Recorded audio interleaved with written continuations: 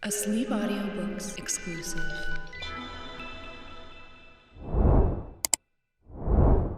Chapter 7. The Journey to the Great Oz. They were obligated to camp out that night under a large tree in the forest, for there were no houses near. The tree made a good thick covering to protect them from the dew, and the Tin Woodman chopped a great pile of wood with his axe, and Dorothy built a splendid fire that warmed her and made her feel less lonely. She and Toto ate the last of their bread, and now she did not know what they would do for breakfast. "If you wish," said the lion, "I will go into the forest and kill a deer for you. You can roast it by the fire, since your tastes are so peculiar that you prefer cooked food, and then you will have a very good breakfast." "Don't, please don't," begged the Tin Woodman. "I should certainly weep if you killed a poor deer, and then my jaws would rust again." But the lion went away into the forest and found his own supper, and no one ever knew what it was, for he didn't mention it. And the Scarecrow found a tree full of nuts, and filled Dorothy's basket with them, so that she would not be hungry for a long time. She thought this was very kind and thoughtful of the Scarecrow, but she laughed heartily at the awkward way in which the poor creature picked up the nuts. His padded hands were so clumsy, and the nuts were so small that he dropped almost as many as he put in the basket. But the Scarecrow did not mind how long it took him to fill the basket, for it enabled him to keep away from the fire, as he feared a spark might get into his straw and burn him up. So he kept a good distance away from the flames, and only came near to cover Dorothy with dry leaves when she lay down to sleep. These kept her very snug and warm, and she slept soundly until morning. When it was daylight, the girl bathed her face in a little rippling brook, and soon after they all started towards the Emerald City. This was to be an eventful day for the travelers. They had hardly been walking an hour when they saw before them a great ditch that crossed the road and divided the forest as far as they could see on either side. It was a very wide ditch. When they crept up to the edge and looked into it, they could see it was also very deep, and there were many big, jagged rocks at the bottom. The sides were also so steep that none of them could climb down, and for a moment it seemed that their journey must end.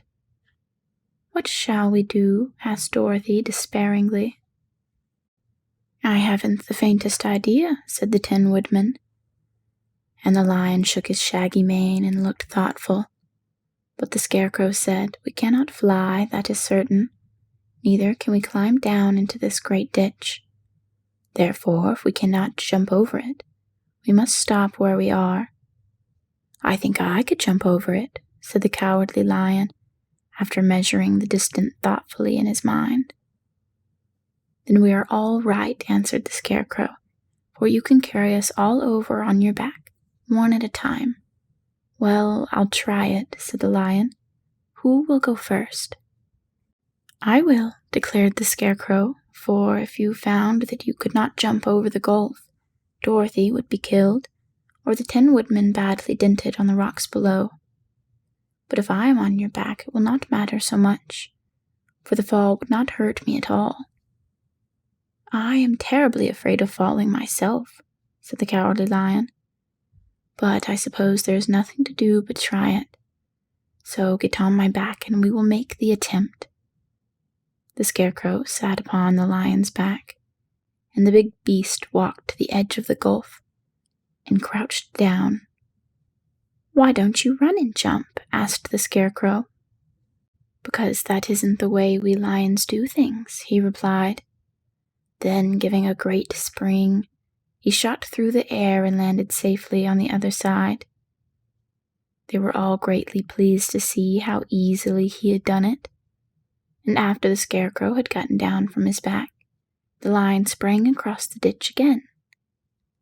Dorothy thought she would go next, so she took Toto in her arms and climbed on the lion's back, holding tightly to his mane with one hand. The next moment it seemed as if she were flying through the air, and then, before she had time to think about it, she was safe on the other side. The lion went back a third time and got the 10 woodmen, and then they all sat down for a moment to give the beast a chance to rest, for his great leaps had made his breath short, and he panted like a big dog that had been running too long. They found the forest very thick on this side, and it looked dark and gloomy. After the lion had rested, they started along the road of yellow brick, silently wondering, each in his own mind, if ever they would come to the end of the woods and reach the bright sunshine again. To add to their discomfort, they soon heard strange noises in the depths of the forest, and the lion whispered to them that it was in this part of the country that the Kalidas lived. "What are the Kalidas?" asked the girl.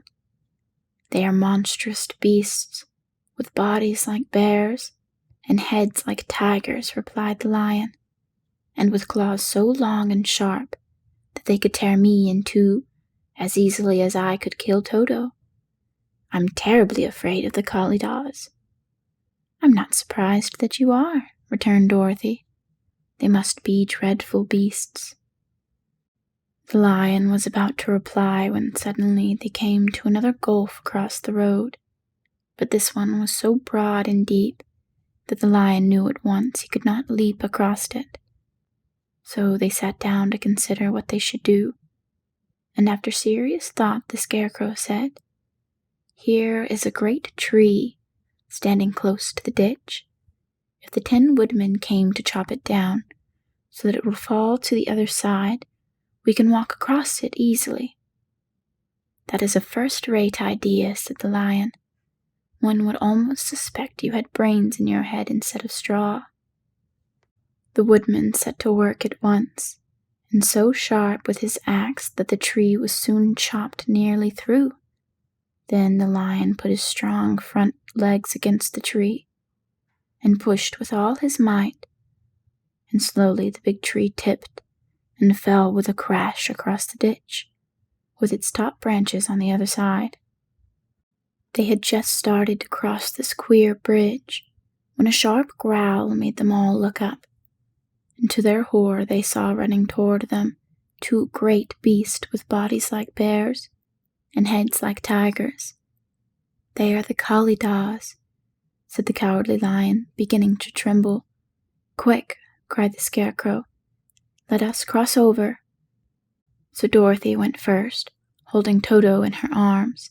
The 10 woodmen followed, and the Scarecrow came next. The lion, although he was certainly afraid, turned to face the Kalidas, and then he gave so loud and terrible a roar that Dorothy screamed, and the Scarecrow fell over backward, while even the fierce beast stopped short and looked at him in surprise. But, seeing they were bigger than the lion, and remembering that there were 2 of them and only 1 of him, the Kalidas again rushed forward, and the lion crossed over the tree and turned to see what they would do next. Without stopping an instant, the fierce beast also began to cross the tree, and the lion said to Dorothy, "We are lost, for they will surely tear us to pieces with their sharp claws. But stand close behind me and I will fight them as long as I am alive." "Wait a minute," called the Scarecrow. He had been thinking what was best to be done, and now he asked the woodman to chop away the end of the tree that rested on their side of the ditch. The 10 woodmen began to use his axe at once, and, just as the 2 Kalidas were nearly across, the tree fell with a crash into the gulf, carrying the ugly, snarling brutes with it, and both were dashed to pieces on the sharp rocks at the bottom. "Well," said the Cowardly Lion, drawing a long breath of relief, "I see we are going to live a little while longer, and I am glad of it, for it must be a very uncomfortable thing not to be alive. Those creatures frightened me so bad that my heart is beating yet. "Ah," said the Tin Woodman sadly, "I wish I had a heart to beat." This adventure made the travelers more anxious than ever to get out of the forest, and they walked so fast that Dorothy became tired and had to ride on the lion's back. To their great joy, the trees became thinner the further they advanced, and in the afternoon they suddenly came upon a broad river flowing swiftly just between them. On the other side of the water they could see the road of yellow brick running through a beautiful country with green meadows dotted with bright flowers, and all the road bordered with trees hanging full of delicious fruits. They were greatly pleased to see this delightful country before them. "How shall we cross the river?" asked Dorothy. "That is easily done," replied the Scarecrow.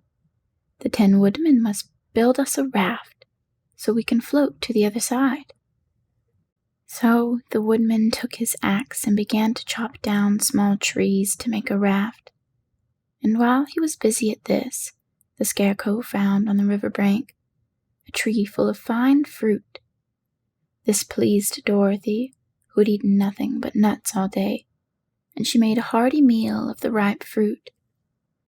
But it takes time to make a raft, even when one is as industrious and untiring as the Tin Woodman. And when night came, the work was not done. So they found a cozy place under the trees where they slept until the morning, and Dorothy dreamed of the Emerald City and of the good wizard Oz, who would soon send her back to her own home again. End of Chapter 7.